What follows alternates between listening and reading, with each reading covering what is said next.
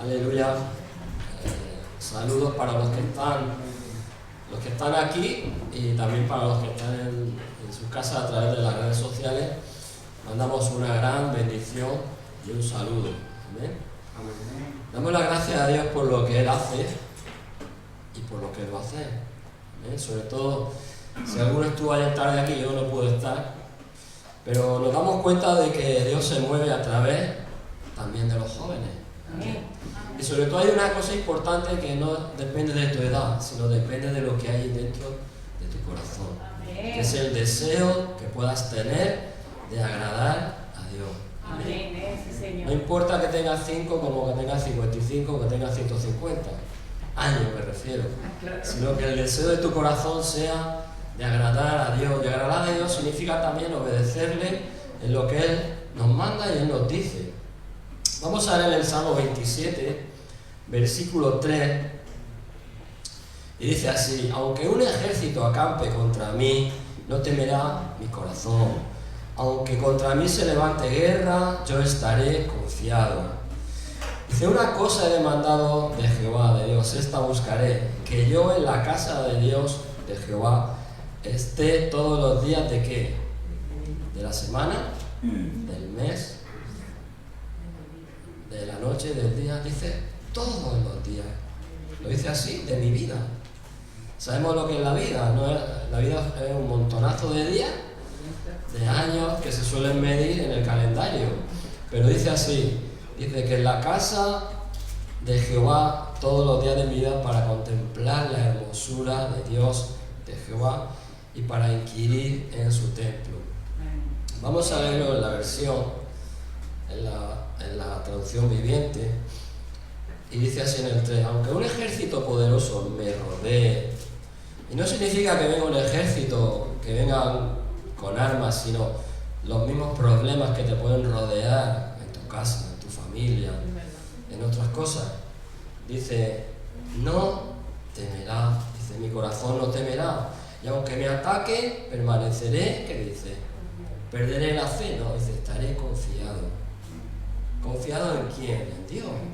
Dice: lo único que le pido al Señor, lo que más anhelo, es vivir en la casa del Señor todos los días de mi vida, deleitándome en la perfección del Señor y meditando dentro de su templo.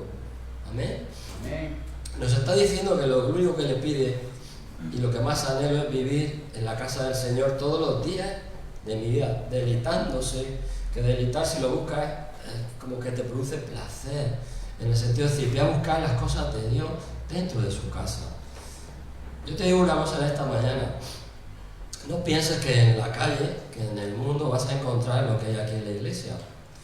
Y muchas veces ingenuamente pensamos que la iglesia te está diciendo tienes que hacer esto, tienes que hacer lo otro, pero no es la iglesia, es la palabra de Dios la que te está diciendo lo que debes de hacer.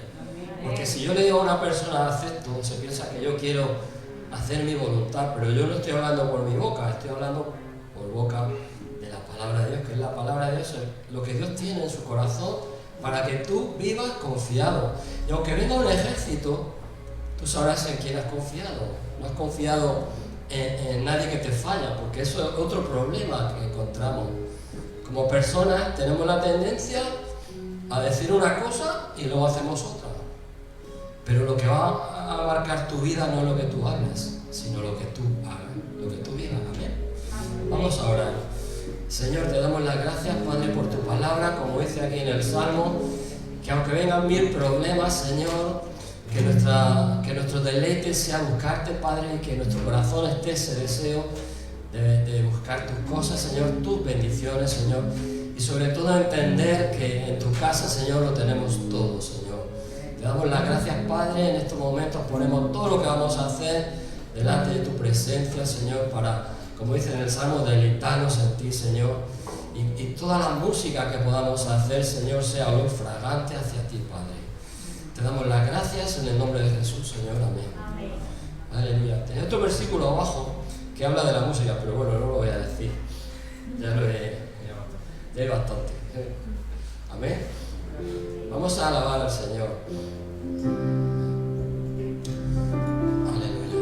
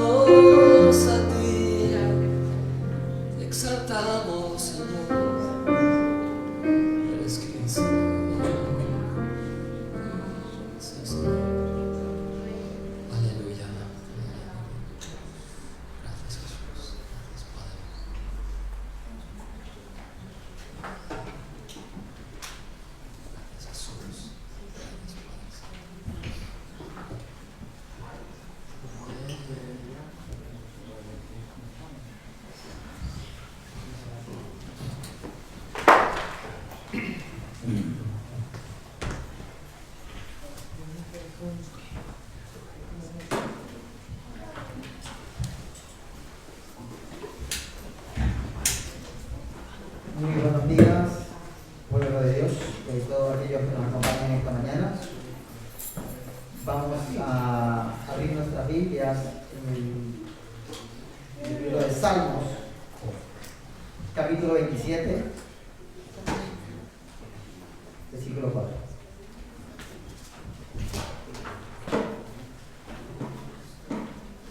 Los que podamos nos ponemos de pie, amados hermanos. Y la palabra del Señor nos dice en esta mañana: una cosa he demandado a Jehová, esta buscaré, que esté yo en la casa de Jehová todos los días de mi vida, para contemplar la hermosura de Jehová y para inquirir en su templo. Porque Él me esconderá en el tabernáculo en el día del mal. Me ocultará en lo reservado de su morada. Sobre una roca me pondrá en alto. Luego levantará mi cabeza sobre mis enemigos que me rodean. Y yo sacrificaré en su tabernáculo sacrificio de júbilo. Cantaré y entonaré alabanza a Jehová. Oye, oh Jehová, mi voz con que a ti clamo. Ten misericordia de mí y respóndeme. Mi corazón ha dicho de ti, busca mi rostro. Tu rostro buscaré, oh Jehová, no te escondas tu rostro de mí. Amén. Amén. El salmista nos da estas preciosas palabras. La felicidad no proviene de la compañía con el mundo, sino de estar en la casa de nuestro Padre. El Señor, es decir, donde la divina presencia de Dios se manifiesta entre su pueblo y donde habita su gloria, es la gloria de Dios. Y de estar con sus hermanos en la fe, que andan en la verdad de Dios. El salmista nos dice que busquemos la presencia de Dios, que es lo más preciado en nuestra vida. Y Él la pide con un solo propósito. Dios llama a todos a permanecer en santidad, y la presencia de Dios se les da la firme garantía que no importa las pruebas que vengan a su vida, el Señor nunca desampara a sus hijos.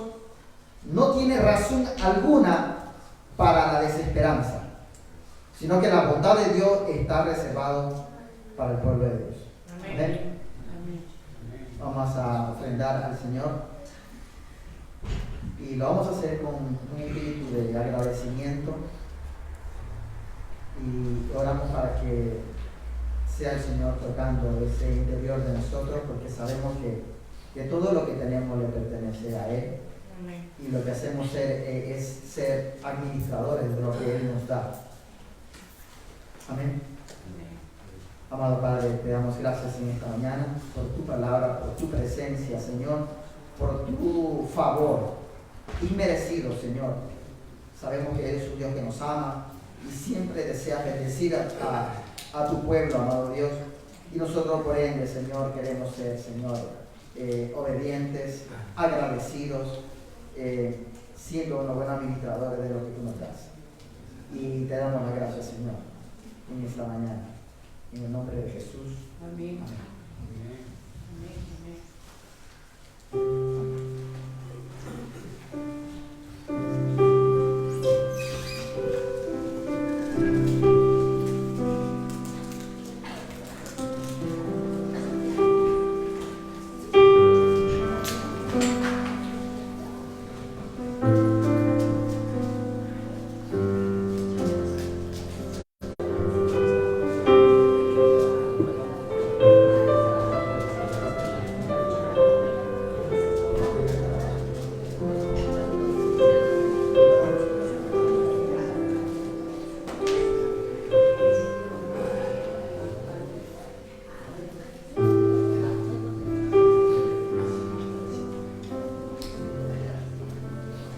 amado Dios, te damos las gracias, Señor. Gracias por tu amor infinito, por tu bondad, por por la bendición, por la vida, por la salud, amado Dios. Gracias por tu palabra.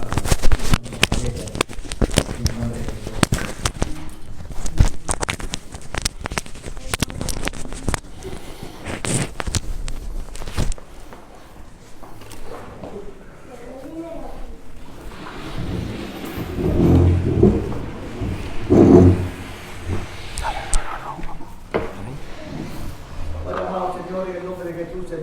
Gracias, Señor, por el nuevo día, Señor, que tú nos prestas, Señor. Padre Santo, Señor, vamos a recibir la palabra, Señor, tu palabra de vida, tu palabra de aliento y tu palabra de fortaleza, Dios mío, Señor. Padre amado, Señor, tú guíalo, Señor. En tu Santo Espíritu, Señor, a nuestro pastor, Señor, con el mensaje, Señor, que tú lo has puesto, Padre Santo, Señor. Estamos dispuestos a recibirlo, Padre amado, Señor, y ponerlo por obra, Señor. Gracias te lo pedimos, Señor, en el nombre de Jesucristo, Señor. Amén. Amén. Gloria a Dios. Amén. Dios es bueno. Amén. Estamos en el día del Señor, es un día precioso. Es el día en que debemos olvidarnos de todas nuestras circunstancias, problemas, cargas. El Señor dice que dejemos nuestras cargas. Precisamente el versículo que tenemos a la entrada es eso. Y yo lo puse con esa intención, para que cuando entráramos aquí dejáramos todas las cargas en las manos del Señor y Él nos concedería su descanso.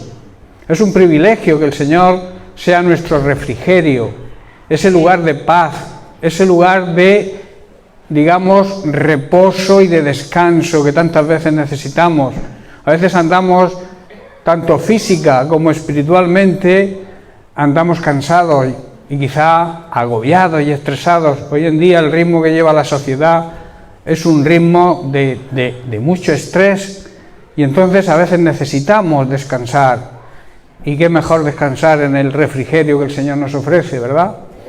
Ese reposo, ese spam, donde el Señor nos ministra, donde nos transmite su paz, esa paz que las personas de este mundo quizá no puedan entender, pero que nosotros la recibimos en nuestro corazón, una paz interior que no se puede comparar con ningún otro tipo de paz. Entonces, ¿qué ocurre? Que se ha apagado. Bien, pues bienvenidos a todos, un saludo y un abrazo fraternal, también un saludo a aquellos que nos siguen a través de redes sociales, mando un saludo muy amoroso y cariñoso. Bien, vamos a seguir tratando el tema de semanas anteriores, que como sabéis se titula Seguir a Cristo. A través de estos mensajes estamos aprendiendo a cómo debemos seguir a Cristo de verdad, como Él quiere que le sigamos, y también el precio que debemos pagar. Y nos planteábamos ciertas preguntas que voy a resumir. ¿Qué tal está y cuál es nuestra relación actual y nuestra cercanía con el Señor? ¿Qué tal está nuestra vista puesta en la cruz, en lo que ocurrió en la cruz hace 2000 años para beneficio nuestro? ¿Estamos dispuestos a hacer lo que Cristo nos manda en su palabra? ¿Estamos dispuestos a perder todo lo que haya que perder para salvar nuestra alma? Son preguntas que, digamos, resumen el enfoque de todos estos mensajes que tratan, como he dicho, de seguir a Cristo y saber que hay que pagar un precio. Y estas preguntas daban pie, decíamos la semana pasada, a tratar un tema que se titula Perder para ganar. Y estábamos estudiando precisamente eso. Nos quedamos, digamos, a medio de tratar el tema por la falta de tiempo, lógica. Voy a hacer un pequeño resumen de los dos tipos de personas que estudiamos la semana pasada, que digamos que son perdedores para este mundo, ¿verdad? Al contrario, me he equivocado. Ganadores para este mundo y perdedores para Dios. En el sistema mundano actual, muchas veces se pierde y se gana. Entre ellos están los ganadores, que tienen éxito, que tienen fama, que consiguen sus logros, según los parámetros que marca la sociedad contemporánea. Y también están los que fracasan según los mismos parámetros. Todos estos, como he dicho, son ganadores quizás para el mundo, pero perdedores para Dios. Y para el Señor están los perdedores, que en realidad son ganadores. Entre ellos vimos dos tipos, dos grupos. El primero era los que optan de dar prioridad a perdonar. El perdón debe imperar en la familia cristiana, en la Iglesia de Jesucristo. No puede haber rencor ni resentimiento entre nosotros. Es algo indigno de ser Iglesia de Jesucristo, de llamarse Iglesia de Jesucristo, si hay rencor y resentimiento dentro de algunos miembros. Por eso debe desaparecer todo tipo de rencor, y si hay que pedir perdón, se pide con humildad, con templanza, con dominio propio, sabiendo que hay una ley espiritual que dice que si no perdonamos a aquellos que nos ofenden, Dios tampoco nos perdona, ¿verdad? Porque le estamos ofendiendo a Él cuando no perdonamos. También están los que dedican su vida a servir a los demás y también a renunciar, a dar prioridad a los tesoros terrenales, a las cosas materiales de este mundo, y priorizar el enviar tesoros al cielo. Y en el otro grupo estaban los que deciden perder la capa y poner la otra mejilla, que estudiamos la semana pasada, aunque para el mundo este tipo de personas se consideren perdedores y cobardes. Esto quiere decir poner la otra mejilla o perder la capa, que no debemos entrar en la sintonía del odio como creyentes, la de devolver mal por mal. Sabemos que hay otra ley espiritual, que para poder vencer el mal no hay otra opción que con el bien. No hay otra opción de apagar un fuego que con agua, ¿verdad? Si tú pretendes apagar un fuego con gasolina, lo que vas a hacer es provocar un incendio más grande. Y a veces es lo que ocurre en las contiendas entre los seres humanos, que al no ceder uno, pues se va multiplicando el daño. Tú me haces un mal, yo te hago otro más grande. Eso es lo que el mundo hace, o lo que el mundo pretende hacer. Pero nosotros como Iglesia tenemos que comprender ese principio bíblico, que es devolver bien por mal.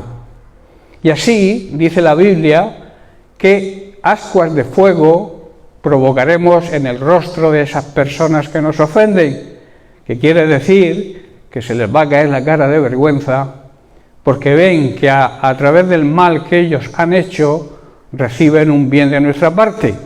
¿Amén?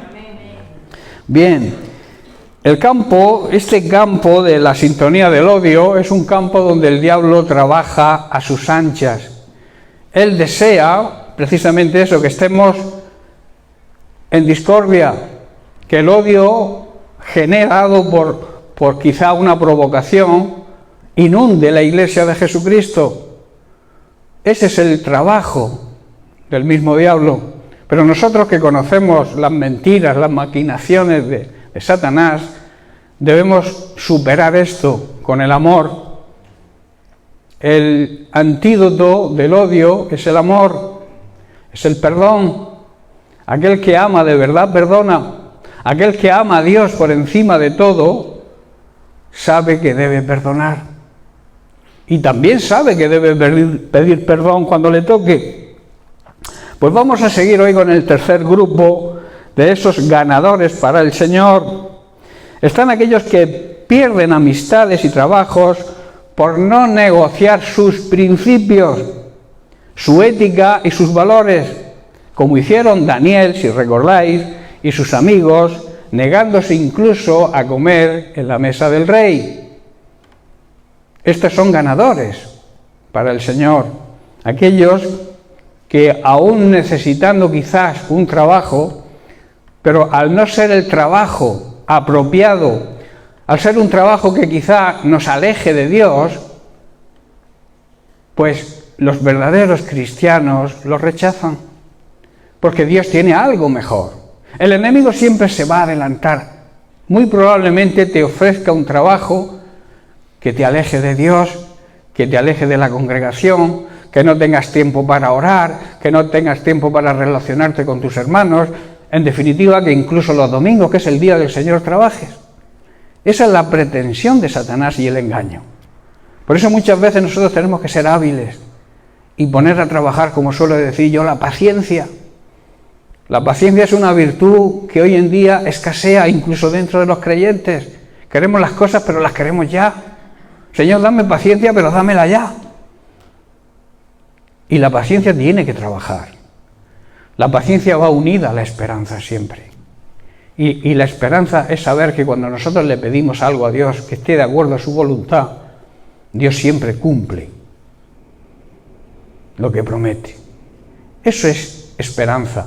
Pero para ejercitar la esperanza debemos poner a trabajar la paciencia y esperar en el Señor ese trabajo que Él tiene para nosotros y que no nos va a apartar nunca. Si viene de Él, nunca nos va a apartar de su presencia, nunca nos va a apartar de reunirnos los hermanos, de que tengamos tiempo de estar los hermanos juntos en armonía, de celebrar el día del Señor con gozo y con alegría, que estemos deseando que llegue el día de reunión para estar los hermanos juntos y para alabar a Dios. Yo no comprendo cómo algunos creyentes de muchos años los domingos se queden en casa porque no les apetezca venir a la iglesia. No venir a la iglesia, venir al templo donde se reúne la iglesia. Si tú te consideras iglesia, tienes que tener ese deseo de reunirte, de escuchar el mensaje de la palabra de Dios. Es que yo lo veo por televisión, por redes sociales, pero no disfrutas del calor humano, de convivir con tus hermanos, de recibir el mensaje de una manera directa de parte del cielo. Yo vuelvo a repetir, no entiendo cómo muchos se quedan en casa, quizás por frío, unas veces porque hace calor, otras veces porque hace frío, otras veces porque llueve, otras veces porque hace viento y me despeino. Miles de excusas ponemos quizás para no hacer. Y es lo que pretende el diablo, que estemos fríos. Una persona fría, ¿qué transmite? Frío.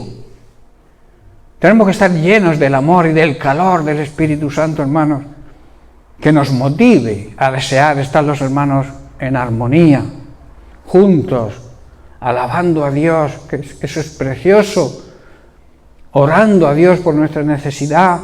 No, yo oro solo en casa, sí es bueno que ores y debes hacerlo, pero la oración conjunta de la Iglesia tiene gran poder, hermanos, no lo desperdiciemos, seamos sabios, busquemos y con anhelo esas reuniones con el Señor, porque cuando nos reunimos los hermanos, cuando nos reunimos el cuerpo de Cristo, la cabeza se regocija, se alegra de ver a un pueblo junto y a un pueblo unido. Amén. Bueno, luego en el siguiente grupo están aquellos que perdieron amistades porque decidieron amar más a Dios que todas las cosas y demás personas. Que no significa que no debemos amar o desear algunas cosas no son lícitas, y algunas amistades también, pero no ponerlas en prioridad sobre Dios. A veces ponemos cosas por delante de Dios y a eso Dios y la Biblia lo llama idolatría. Muchas veces pensamos que idolatría es arrodillarse o ponerse delante de una imagen de madera o de escayola, pero muchas veces nos arrodillamos ante nuestras pasiones, ante nuestros placeres prioritarios, ante el dinero, ante nuestra casa, incluso voy más allá, ante nuestra propia familia. A veces anteponemos la familia por delante de Dios y eso también es idolatría. Yo es que no voy a la iglesia porque tengo a mi familia. Busca tiempo. Anima a tu familia, si no es creyente, a venir a la iglesia y no te quedes con ella, porque a veces te quedas con ella y le estás dando un ejemplo fatal de cómo tú amas a Dios. ¿Cómo se van a convertir si tú ante cualquier situación dejas de reunirte? La Biblia dice que no debemos dejar de reunirnos, porque algunos tienen esa costumbre. Llega un familiar y pues no voy a la iglesia. Invita, anima a tu familiar a que venga a la iglesia, y si no, dile, quédate aquí en casa y tienes el frigorífico, las llaves del coche, las llaves de mi casa, pero yo me voy a alabar a mi Dios. Y después ya volveré y estaré contigo. Pero eso muchos creyentes no lo entienden. Y claro, su familia, claman quizás por su familia para que se conviertan, pero de esa manera no se van a convertir nunca, porque no estás dándole un buen ejemplo. O no animas a tus hijos a venir a las reuniones de jóvenes. Les das prioridad a otras cosas. Hermanos, ayer fue una reunión preciosa. Casi 100 jóvenes con algunos adultos que se infiltraron, pero bueno, gloria a Dios. Fue precioso, ¿no? Y hay algunos padres que no enviaron a sus hijos. ¿Por qué? Yo no comprendo algunas actitudes de algunos padres. Pero bueno, ellos sabrán. Luego, cuando se les vayan al mundo, vendrán llorando. No priorizamos, hermanos, lo que debemos poner en primer lugar. Por eso Jesús dice en Mateo capítulo 10, verso 37, el que ama a padre o a madre más que a mí, no es digno de mí. El que ama a hijo o a hija más que a mí, no es digno de mí. Y en Lucas capítulo 14, versículo 26, Jesús también nos dice, si alguno viene a mí y no me ama más, esta es la clave, no me ama más que a su padre, a su madre, a su esposa, a sus hijos, a sus hermanos, a sus hermanas, y aún más a sí mismo, no puede ser mi discípulo.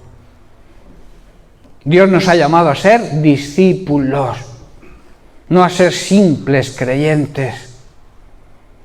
Jesús no dijo, id y hacer creyentes, ¿verdad? Dijo, id y hacer discípulos. Cuando nosotros anteponemos personas o cosas por delante de Dios, no estamos siendo discípulos. No estamos aprendiendo del maestro, que es lo que significa discípulo. Un discípulo es aquel que aprende, desea aprender, tiene deseo de aprender. Y cuando hay una escuela bíblica, cuando hay estudios, cuando hay talleres, pierde los vientos, como se suele decir, por estar ahí, para aprender cada día más. Hay personas que creen que lo saben todo. Y yo te digo algo, cada día podemos aprender algo nuevo. La palabra de Dios es un manantial de riqueza, es un manantial de tesoros que debemos descubrir. Pero para descubrirlos tenemos que profundizar, de buscar intimidad con el Señor en oración, de meditar en su palabra, no simplemente leerla es bueno, pero meditar y profundizar es mucho mejor, y con la ayuda del Espíritu Santo, pidiéndole al Espíritu Santo que te ayude, Dios te va a traer esa revelación, ese maná que yo siempre digo, oculto en el cielo, esa palabra que aún no ha sido revelada. Todavía queda palabra sin revelar, pero Dios se la va a revelar a aquellos que sean fieles a Él, que mantengan su fidelidad en todo, porque a veces somos fieles en algunas cosas y en otras como que no somos tanto. No sé si me entendéis. Dios es fiel totalmente, y debido a que Dios es fiel, tú y yo podemos estar aquí hoy y podemos proclamar que somos salvos, porque Él decidió darse por completo, ser fiel a nosotros y a su palabra por encima de todo, enviando a su Hijo Jesucristo a una muerte atroz, para que tú y yo pudiéramos ser salvos. Muchos, y es una realidad, la salvación se recibe por gracia, claro que sí, es un regalo de Dios, pero a Dios le costó lo que más amaba, su Hijo Jesucristo. Y a Jesucristo le costó su vida, su sangre. Decimos que la vida está en la sangre, ¿no? Y Jesús perdió hasta la última gota de su sangre por amor a ti, por amor a mí. Y eso merece otra manera de enfocar nuestra vida cristiana, hermanos. Estoy hablando en general, no me estoy dirigiendo a nadie. El que se sienta tocado porque Dios le está hablando. Pero no quiero señalar a nadie. Pero hay personas que no son fieles a Dios en todo. Y por mucho que les diga, se mantienen tercos ahí, tercos. La terquedad nos conduce a la ignorancia. La terquedad nos conduce, quizá muchas veces, a la rebeldía, al no querer aceptar lo que la palabra de Dios dice, por muchas veces que te lo digan. Y además te enfadas cuando te lo dicen. Hay personas que yo realmente no sé cómo hablarle, y lo digo de verdad. Muchas veces no le hablo a algunas personas porque sé que rechazan lo que les digo. Porque en mi interior lo siento. Un buen discípulo acepta todo buen consejo. Y un buen pastor lo que hace es eso, cuidar de las ovejas, aconsejarlas cuando ve que no van bien o que no, a veces no hace falta que vayan mal, sino que tengan errores. Y qué bonito es saber reconocer nuestros errores, hermanos, eso es humildad, es la esencia del Evangelio. La humildad es saber reconocer nuestros fallos, el saber que dependemos de Dios en todo. Y a veces nos llenamos, somos como pavos reales, nos inflamos, creyendo que somos mejores que otras personas. Dios no hace acepción de personas. Para Dios somos todos iguales en cuanto a valor. Quizás tengamos distintas responsabilidades, pero para Dios tú vales lo mismo que yo y que cualquier otro, porque se pagó el mismo precio. Así que no te enorgullezcas tanto, no creas que lo sabes todo. No creas que nadie te pueda corregir. No creas que nadie pueda decir, esto lo estás haciendo mal, hermano o hermana. Y yo sé que cuando yo digo algo, aunque muchas veces se puedan sentir ofendidos las personas, cuando alguien que ama a sus ovejas les da un consejo, es porque los ama y es para su bien.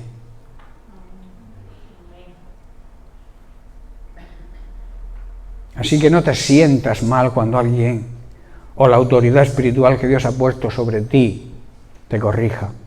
Acepta la corrección. Sé humilde. Jesús dijo, aprended, como un mandamiento, aprended, es tan imperativo ese verbo. Aprended de mí, que soy el ejemplo de humildad y de templanza y de dominio propio. A veces en vez de dominio propio lo que tenemos es demonio propio, que nos conduce. A ese sí le hacemos caso muchas veces, porque sabéis que una de las tácticas del enemigo es llenarnos de orgullo y de soberbia, porque es lo que él hizo. Querer ser mejor que Dios, ocupar un lugar mejor que Dios. Eso es rebeldía. Y muchas veces, como creyentes caemos en ese error. Y yo más que error diría en ese gran pecado de rebeldía, de rebelarnos contra Dios. Cuando tú te rebelas contra la palabra de Dios, cuando tú te rebelas contra alguien que te da un buen consejo, estás cayendo en rebeldía, porque la soberbia y el orgullo conducen a la rebeldía. En cambio, la humildad, ¿a qué conduce? A que seas una persona bondadosa, una persona amable, una persona que da gusto hablar contigo. Eso es bondad, amabilidad. Son dones, son características del fruto, son características del fruto del Espíritu Santo, que como sabéis todas descienden del amor, La prioridad del fruto es el amor. La cualidad principal es el amor. De ahí sale todo lo demás.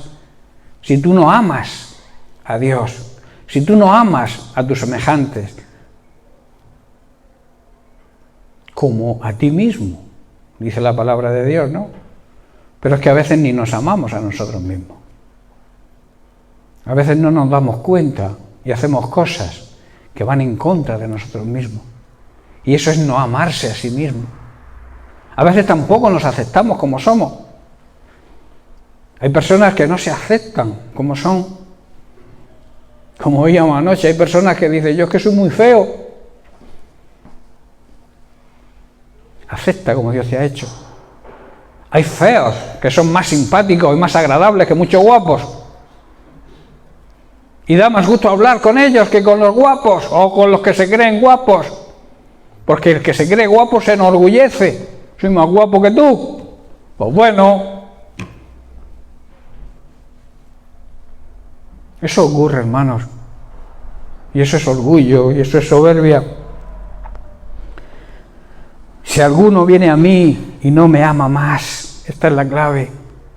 Esto no quiere decir que no amemos a los que nos rodean. Jesús está diciendo que no debemos amarlos más que a Él, porque a eso se le llama idolatría. La mejor manera de aprender a amar a los demás es aprendiendo primero a amar a Dios. Difícilmente vas a amar a los demás si tú no amas a Dios. ¿Y amar qué significa? Obedecer. Cuando tú no obedeces a Dios, demuestras que no le amas, porque la obediencia a Dios te trae bendición. La bendición de Dios nos viene cuando somos hijos obedientes. Los regalos, los caprichos que Dios a veces nos da, que también nos da capricho. El Señor cubre nuestra necesidad, pero a los buenos hijos también nos da ciertos regalos, ciertas cosas que a los demás, a los rebeldes, no reciben. Porque es un padre amoroso. Y cuando un hijo le ama de verdad y se lo demuestra con su obediencia, Dios le hace o le da caprichos también. Por eso, si no amamos a Dios de verdad, difícilmente podremos amar a los demás. Quédate con eso. Si tú no pones a Dios en primer lugar, incluso por delante de tu familia, difícilmente vas a amar a tu familia de verdad. ¿Estáis comprendiendo, hermanos? Amén. En Mateo capítulo 22, versículos 37 al 40, Jesús responde a un fariseo que además era un experto de la ley, un intérprete de la ley. Jesús le responde sobre la pregunta que cuál era el gran mandamiento, el mejor mandamiento, el mandamiento más grande. Jesús le dijo, amarás al Señor tu Dios con todo tu corazón, con toda tu alma y con toda tu mente, o sea, con todo tu ser, con todas tus fuerzas, dice en otro pasaje. ¿Qué fuerzas empleas tú para amar a Dios? ¿Te esfuerzas de verdad por amar a Dios como Él quiere que se le ame, para nuestro beneficio propio? Versículo 38 dice, este es el primer y gran mandamiento. Primer y gran mandamiento. ¿Cuál es? Amar a Dios sobre todo. Amar a Dios con toda nuestra fuerza. Amar a Dios con todo nuestro ser. Y luego el verso 39 dice, y el segundo es semejante. O sea, igual de grande y de importante. Amarás a tu prójimo como a ti mismo. ¿Quién es tu prójimo? Prójimo significa próximo, el que tienes más cerca, las personas que nos rodean.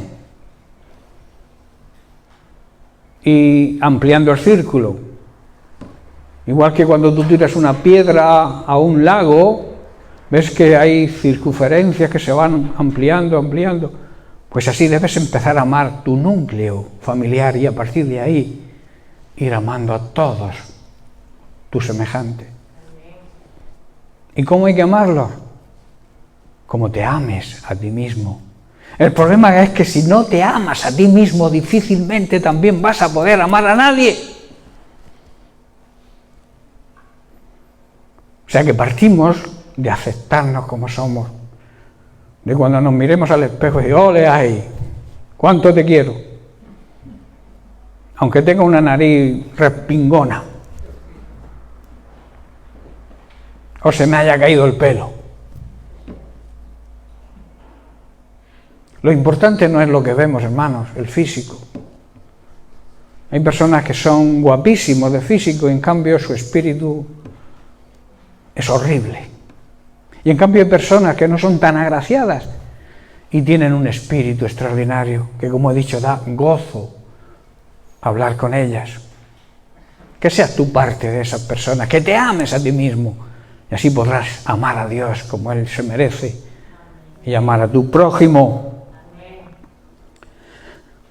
Jesús dice que este es el primer mandamiento y el más importante, amar a Dios sobre todas las cosas, y que el segundo es igual de importante, que es amar a tu prójimo como te amas a ti mismo. Debemos saber, hermanos, que de la misma manera que para los judíos esto eran exigencias de la ley mosaica y lo que los profetas anunciaban, para nosotros hoy, hermanos, la palabra de Dios también marca las mismas exigencias. Y estos son mandamientos claves para la vida cristiana. Lo que anunciaban los profetas precisamente era eso, el amor a Dios sobre todas las cosas, y al prójimo. Esto lo dijo Jesús, pero recordando parte de la ley mosaica, que ellos la cumplían a rajatabla, ellos se ponían esas exigencias. Pues, hermanos, esas exigencias siguen hoy vigentes para nosotros. Amar a Dios sobre todas las cosas, priorizar lo de Dios por delante de cualquier otra cosa y amar a los hermanos como nos amamos a nosotros mismos. De estos versículos también se desprende la necesidad de aceptarnos a nosotros mismos, como he dicho. Si no es así, muy difícilmente podremos amar a Dios y a los demás. También están dentro de los que el Señor considera ganadores, vamos al quinto grupo, los que deciden no perder el tiempo en lo que ofrece este mundo, las cosas que ofrece este mundo, que como sabemos están llenas de falta de ética y de moral, y que la mayoría de ellas nos conducen al pecado. También deciden invertir, lo que deciden en vez de perder el tiempo en lo que ofrece el mundo, deciden invertir tiempo en las cosas del Señor, que nos van a conducir a vivir una vida justa y honrada, y al final recibir la vida eterna, teniendo un anticipo aquí en esta vida. Debemos empezar a disfrutar de la vida eterna aquí en esta vida y luego pasar el resto de la eternidad disfrutando de esa vida eterna. También están los que deben perder, o los que deciden, perder la comunión con las tinieblas. ¿Sabéis lo que simbolizan las tinieblas, verdad? El pecado y la ignorancia. Los que deciden dejar esa relación, esa comunión, por ganar la comunión con la luz. La luz simboliza la verdad y la santidad. Y así, como he dicho, ganar la eternidad en el Señor. En 2 Corintios capítulo 6, leemos los versículos del 14 al 16, donde dice: no os unáis en yugo desigual con los incrédulos. O sea, con aquellos que viven en tinieblas, en ignorancia y en pecado, porque dice y pregunta: ¿qué compañerismo tiene la justicia con la injusticia? ¿Y qué comunión la luz con las tinieblas? ¿Y qué concordia hay entre Cristo y Belial, el diablo? ¿O qué parte tiene el creyente con el incrédulo, con el que no cree? Verso 16, ¿y qué acuerdo hay entre el templo de Dios y los ídolos? Porque vosotros, dice, vosotros sois el templo del Dios viviente, como dijo Jesús, como Dios dijo, habitaré y andaré entre ellos y seré su Dios y ellos serán mi pueblo. Esto habla, hermanos, de enfrentamientos, de conflictos, de guerra. Esto habla de guerra. No debemos asociarnos íntimamente con los que son incrédulos. No podemos casarnos con personas incrédulas. No podemos asociarnos en una sociedad con personas incrédulas, porque cada uno irá por su lado. No puede asociarse la justicia con la injusticia, con la maldad. Lo bueno no casa con lo malo.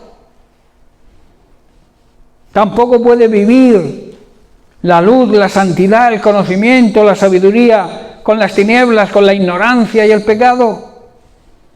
Jesucristo tampoco tiene ninguna armonía con el diablo.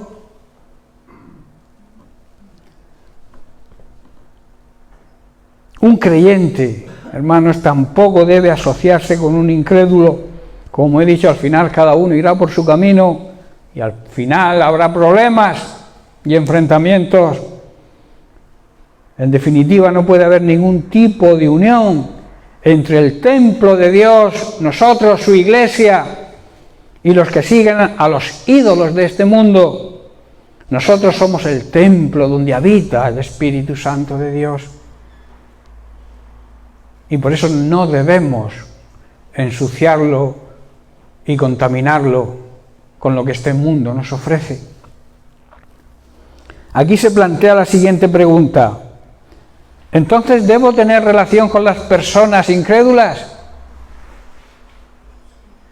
¿Puedo hablar con las personas incrédulas?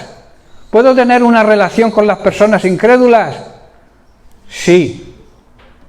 Lo que no puede es tener comunión. Entonces voy a hacer la diferencia, ahora haré la diferencia de lo que significa relación y comunión. La Biblia enseña, como hemos leído, que el verdadero creyente no puede tener comunión con las tinieblas. Se puede decir, como he dicho, o se puede tener relación. La relación es, digamos, una correspondencia, una comunicación, un trato con las personas. Se puede tener eso con los pecadores, pero nunca una comunión. La comunión es participar íntimamente de lo que ellos participan, hacer lo que ellos hacen, tratarlos como si fueran parte de nuestra familia, tener la misma visión que ellos, el mismo pensar, el mismo sentir. Eso no. ¿Estoy comprendiendo? Relación sí, trato personal sí, pero no comulgar con lo que ellos hacen, ni estar de acuerdo con lo que ellos piensan, ni hacen, ni dicen. No podemos, por tanto, asociarnos íntimamente, tener comunión con las personas que no creen y rechazan y se burlan de Dios. A mí me duele mucho cuando estoy hablando con una persona y blasfema contra Dios, ese Dios que nos ama tanto. Incluso te pones a hablarles de Dios y se burlan de ti y de Él. Con ese tipo de personas no podemos tener comunión.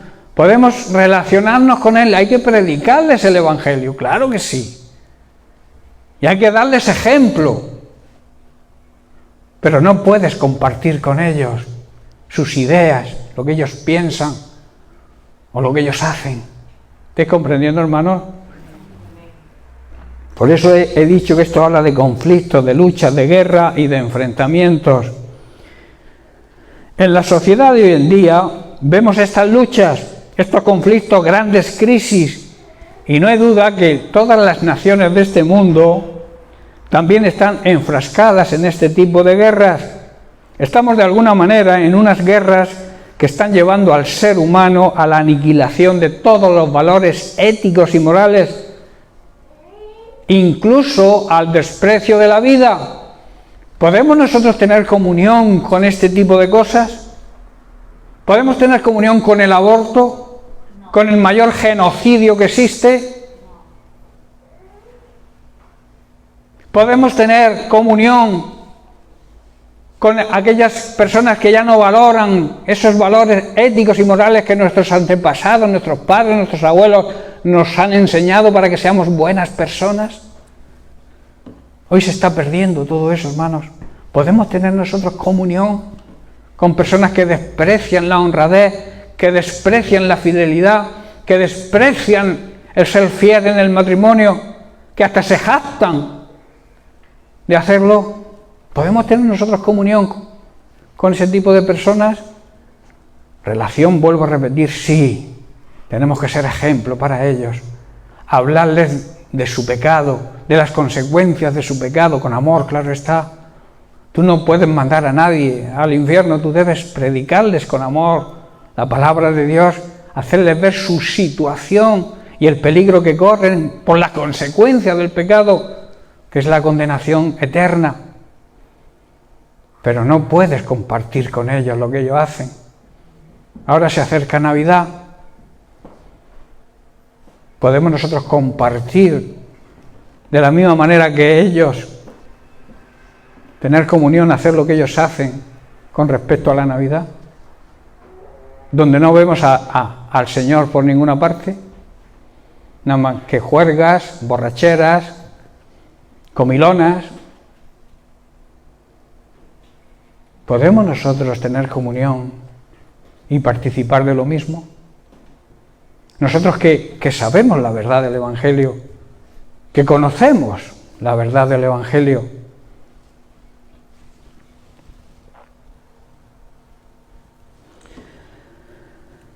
esta humanidad, hermanos, a través de estas luchas, de estas guerras, de esta aniquilación, yo lo llamo, de los valores éticos y el desprecio a la vida, van a conducir, están conduciendo a esta humanidad a la depravación y por consiguiente a su destrucción.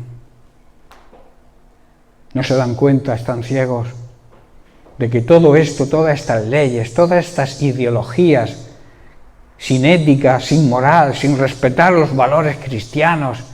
O sea, nosotros tenemos que respetar todo colectivo, pero a nosotros no nos respeta nadie. Tenemos que levantar nuestra voz. Nosotros tenemos también nuestros derechos y lo están pisoteando.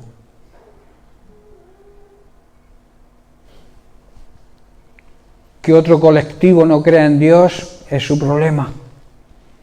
Pero si yo creo en Dios, yo también tengo mis derechos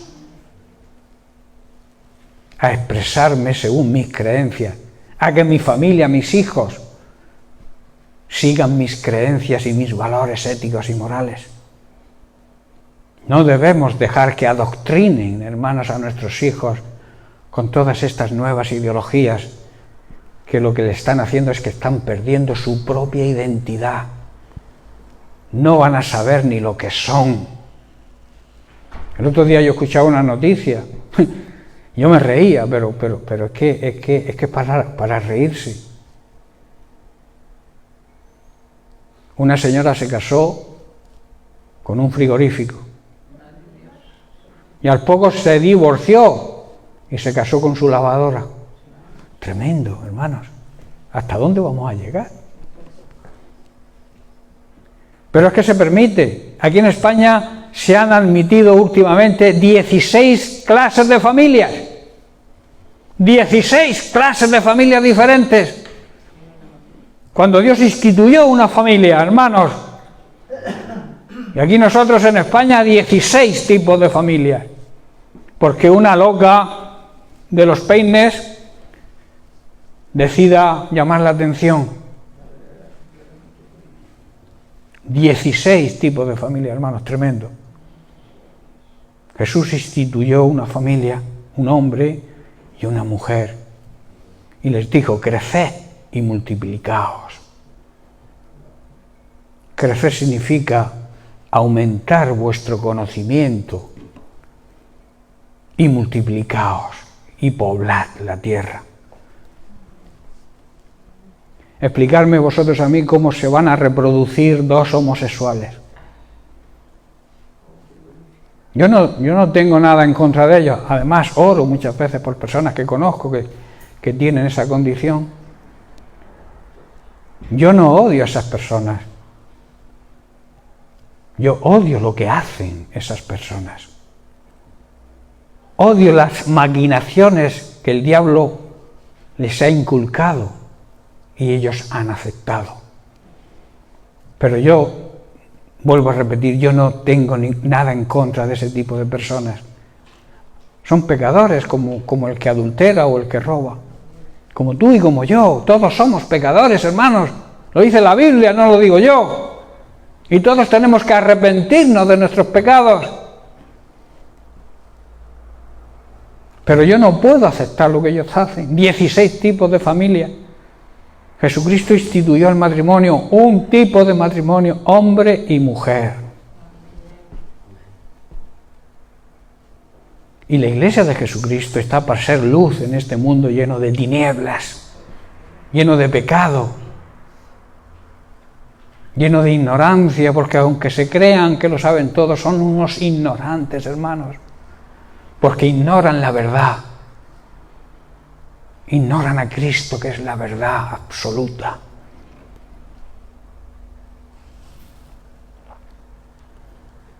Mirad que dice Dios por boca del profeta Isaías en el capítulo 5, versículo 20.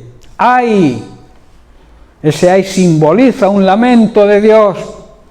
¡Ay de los que a lo malo dicen bueno y a lo bueno le llaman malo! Que hacen de la luz tinieblas y de las tinieblas luz.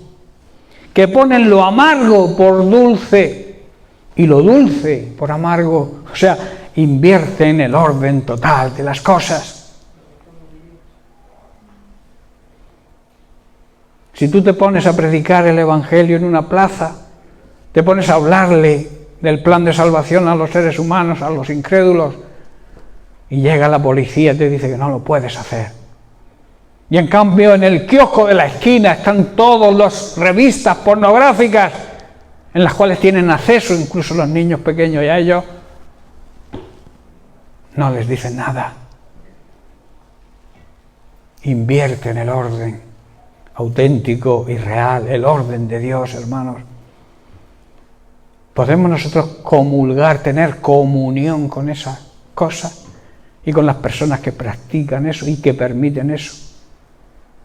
Nunca, hermanos.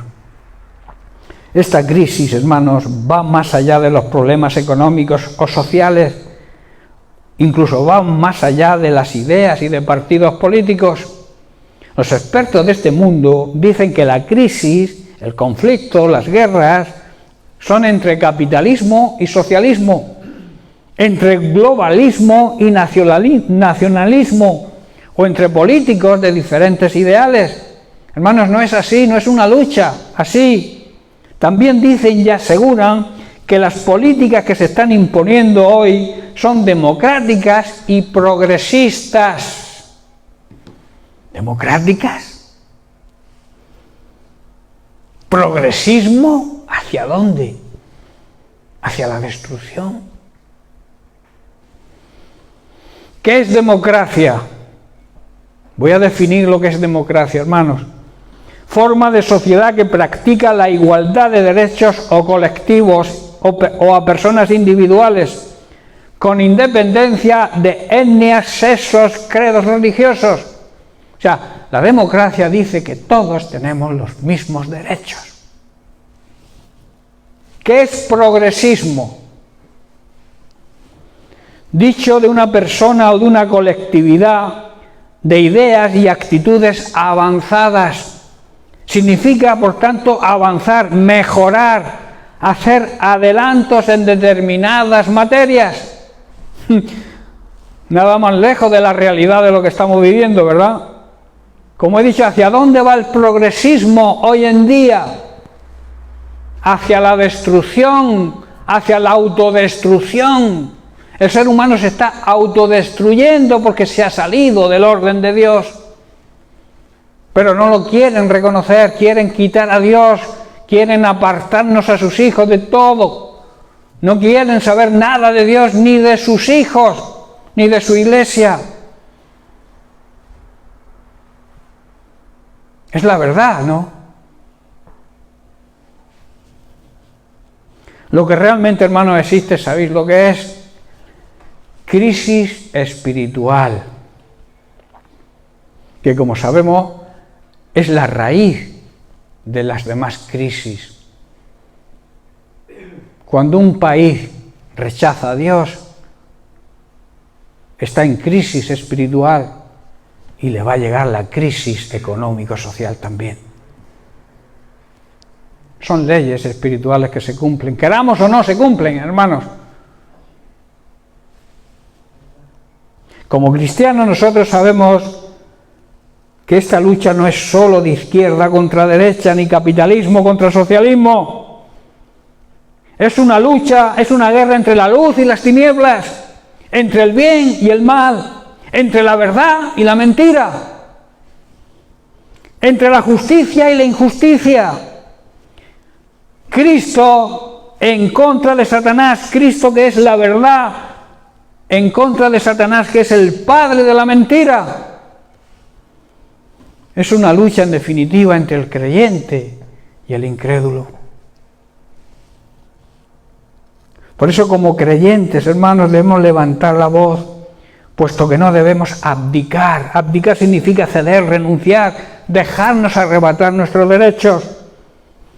Y como creyentes que amamos la justicia, debemos levantar nuestra voz ante tanta depravación, ante tanta pérdida de valores éticos y morales que a través de las nuevas ideologías se están perdiendo. El problema, y estoy terminando, el problema es que lo que realmente está sucediendo es invisible y desconocido para la mayoría de las personas de nuestro país porque están ciegos, no ven, espiritualmente hablando, no ven lo que está detrás de lo que de lo que vemos, que es aquello que no vemos.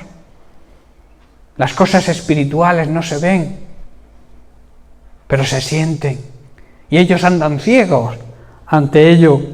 Por eso digo que es invisible y desconocido para la mayoría, incluso, hermanos, para algunos creyentes cuyos ojos espirituales no están abiertos y eligen ignorar esta guerra espiritual para pasar desapercibidos. Bien, pues lo vamos a dejar aquí porque el tema no concluye, sigue, y es un tema que merece la pena ir profundizando. Entonces lo vamos a dejar aquí, seguiremos la semana que viene. Que el Señor les bendiga.